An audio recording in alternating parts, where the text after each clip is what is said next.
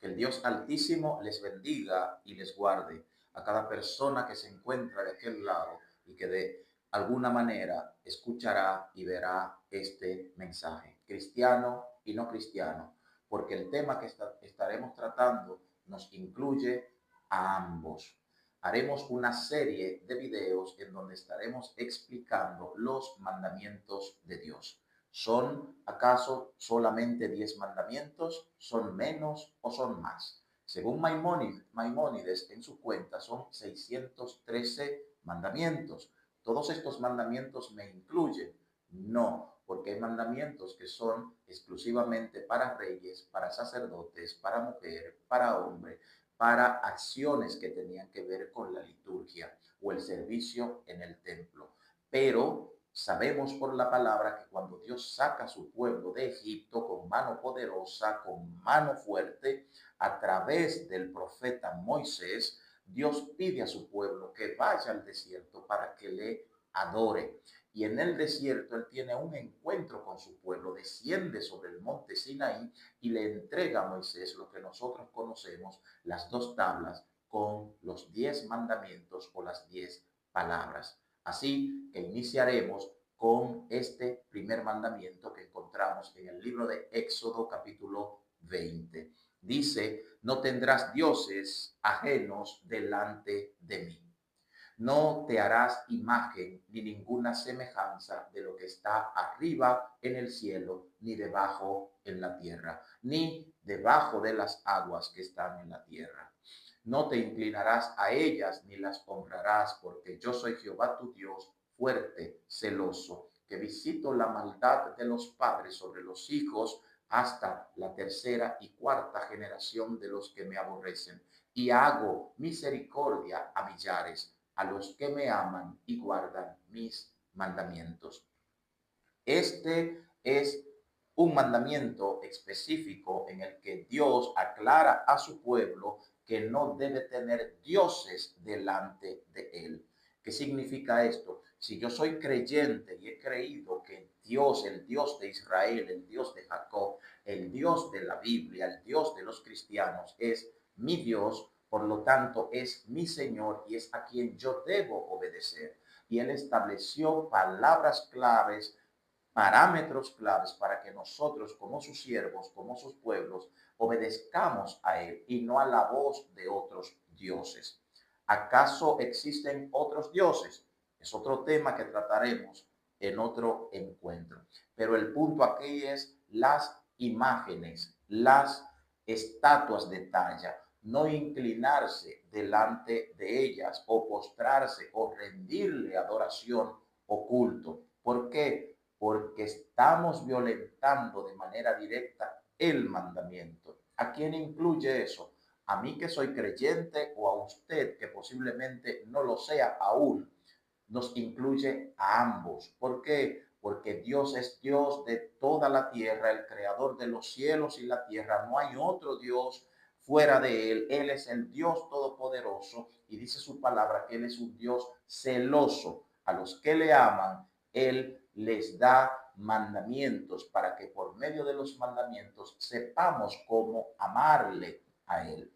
Así que no debo hacerme ninguna figura, no debo hacerme ninguna semejanza de lo que está en el cielo, de lo que está aquí abajo en la tierra o debajo de las aguas en la tierra.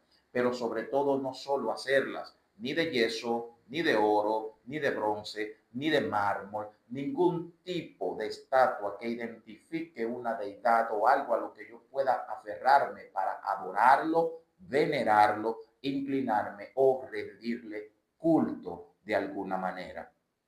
Dice que no te inclinarás a ellas, no las honrarás, porque Él dice que es un Dios celoso y fuerte que visita la maldad de los padres sobre los hijos hasta la tercera y cuarta generación de los que le aborrecen. Así que para Jehová, el postrarse delante de una estatua, crearse un Dios, una imagen de yeso, de palo, de piedra, para inclinarse delante de ella, rendirle culto, es una falta muy grave porque estamos violentando los mandamientos del Dios al cual decimos que servimos.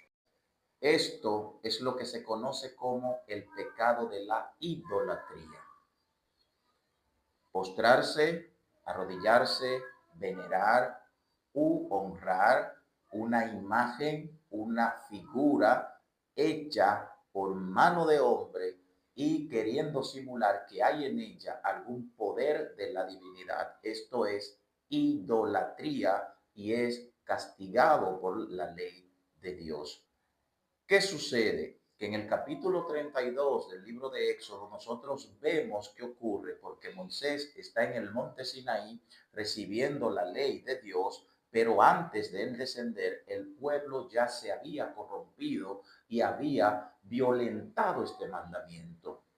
Dice la palabra en Éxodo capítulo 32, verso 1. Viendo el pueblo que Moisés tardaba en descender del monte, se acercaron entonces a Aarón y le dijeron, levántate, haznos dioses que vayan delante de nosotros, porque a este Moisés no sabemos qué le haya acontecido. Y Aarón le dijo, apartad los zarcillos de oro que están en las orejas de vuestras mujeres y de vuestros hijos y de vuestras hijas, y traédmelos. Con estas herramientas de oro, Aarón le da forma con buril, dice la palabra, y se crea un becerro de oro para adorarlo y tratarlo como si fuese una deidad. ¿Y cómo nos damos cuenta? Bueno, es que la intención del hombre no cuenta, aunque así diga que es para Dios, que es de parte de Dios o que tiene que ver con el Dios que él le sirve. Esto es idolatría. Dice el texto que al día siguiente madrugaron y ofrecieron holocaustos y presentes y ofrendas de paz, y se sentó el pueblo a comer y a beber, y se levantó a regocijarse.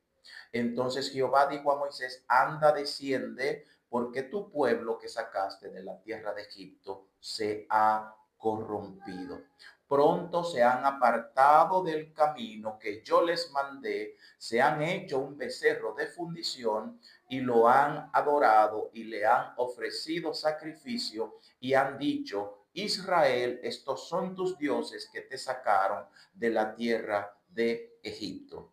Dijo más Jehová a Moisés, yo he visto a este pueblo que es, por cierto, pueblo de dura cerviz.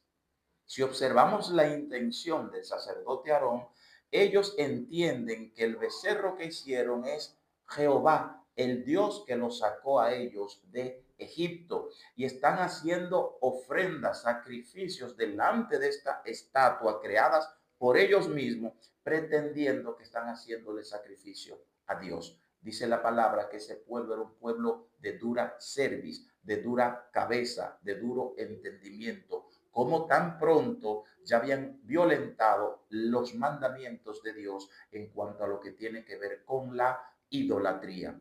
Así que cualquier escultura, cualquier esfinge, cualquier estatua, cualquier figura que usted se hace, creyendo que tiene algo de la divinidad, no importa el material, si es de oro, de plata, de diamante, de hierro, de barro, de roca, de palo incluso, dice la palabra que eso es idolatría. No las venerarás, no las adorarás, no importa que te digan o me digan que eso está involucrado con un santo, con una virgen. La palabra dice que eso es idolatría. E incluso en este texto vemos que el pueblo está consciente y dice, este es Jehová, estos son tus dioses que te sacaron de la tierra de Egipto, como atribuyendo de que esta estatua tiene que ver con el Dios Todopoderoso. Mas, sin embargo, Dios dice, el pueblo se ha corrompido rápido, se han apartado del camino que yo les mandé. ¿Y qué tan grave es esto, el pecado de la idolatría? Es un pecado que tiene consecuencias, al igual que los demás mandamientos de Dios, que son pecados de muerte, conllevan la muerte. Dios, en su misericordia, llama al pueblo a arrepentirse, a volverse de los ídolos y que se encamine por sus mandamientos para que deje la idolatría.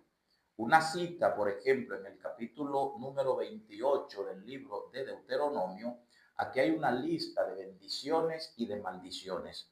Una lista de bendiciones de las promesas que Dios da a su pueblo cuando su pueblo anda en obediencia a su palabra, pero también una lista de maldiciones para cuando el pueblo se desvía y sigue el camino de la mentira, apartándose de los mandamientos de Jehová. El verso 36 dice: Jehová te llevará a ti y al rey que hubieses puesto sobre ti, a nación que tú no conociste, ni tú ni tus padres, y allá servirás a dioses ajenos, al palo y a la piedra.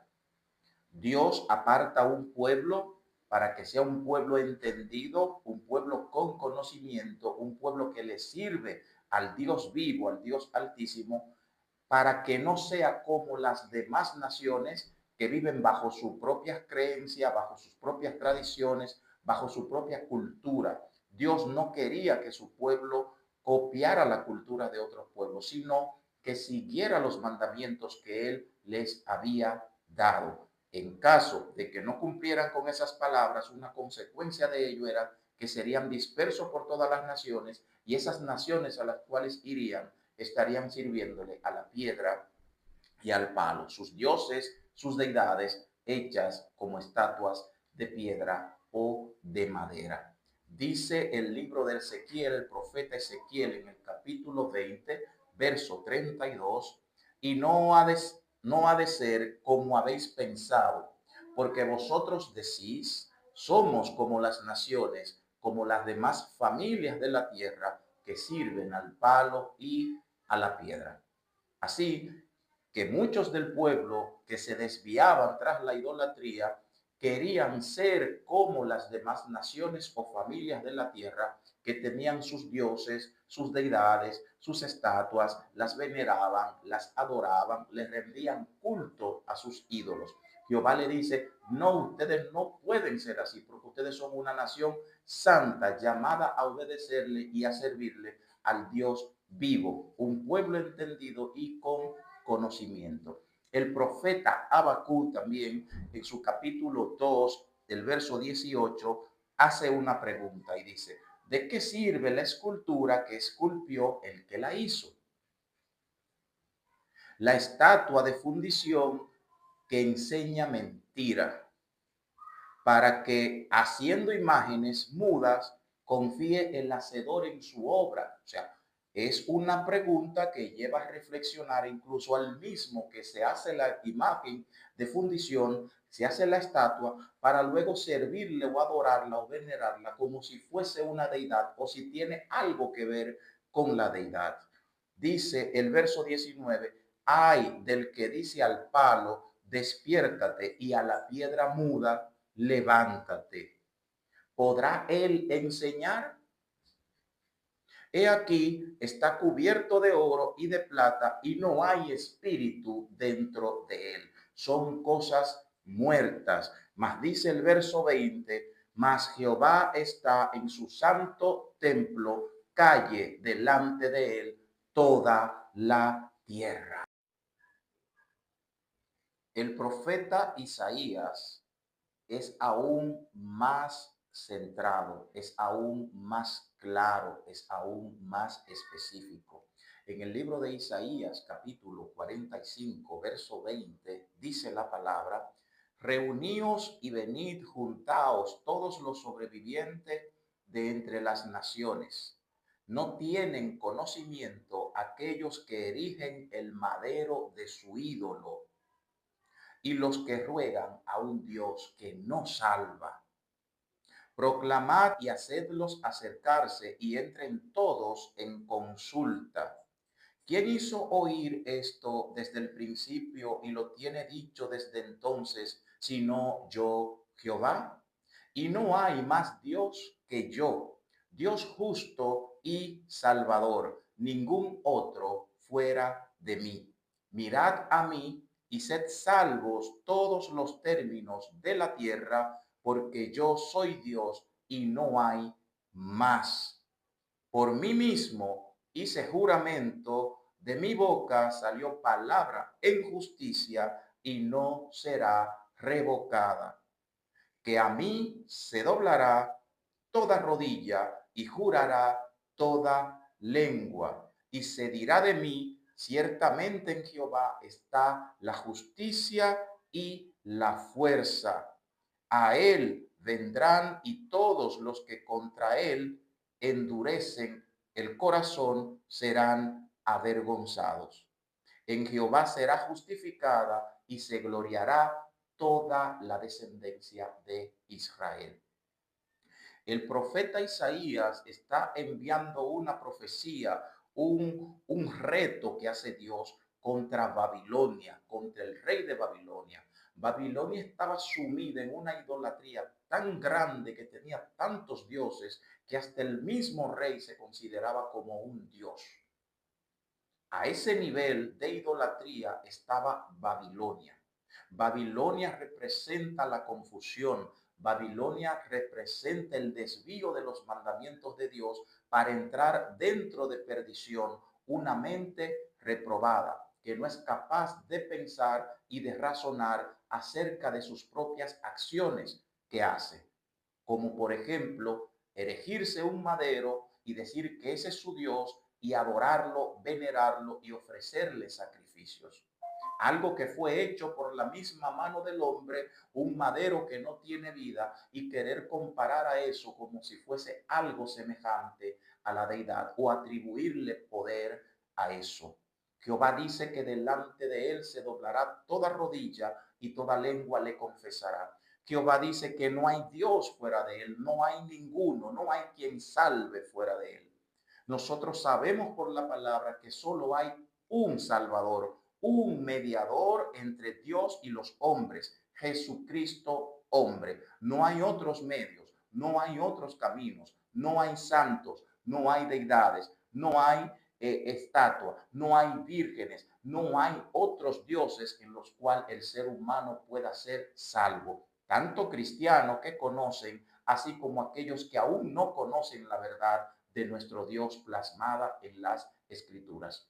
Dios te hizo con una capacidad enorme porque te hizo a ti y me hizo a mí a su imagen y semejanza. A imagen y semejanza nos hizo. Nosotros tenemos la imagen y la semejanza del Dios altísimo, del Dios vivo. ¿Cómo es posible que terminemos con una mente tan reprobada, adorando imágenes, haciéndonos estatuas y creer que son dioses, cuando sabemos que nosotros mismos o mano de hombre forjaron dicho Dios o dicho ídolo? Jesús, Yeshua, es el que salva. Ninguna imagen te salvará, no hay poder en ninguna virgen, no hay poder en ningún santo, no hay poder en ninguna estatua ni en ninguna deidad. Yo te aconsejo que busques de Cristo, que vengas a la verdad y que conozcas la verdad. Tal vez te preguntarás, pero son personas entendidas con conocimiento que se inclinan delante de estatua, que le besan la mano, le veneran, le ponen hasta fechas de celebración y de conmemoración de sus santos, los cargan, los llevan en madera y son puros hombres que los llevan. O sea, piense un poquito, tu Dios, que tú le atribuyes poderes divinos, no camina, no oye, no te puede salvar. Tú tienes que moverlo, tú tienes que vestirlo. O sea, no ve, no escucha, es madera, es yeso, es nada. Dios es el Salvador y es el Dios vivo y único. Dios te bendiga y Dios te guarde grandemente.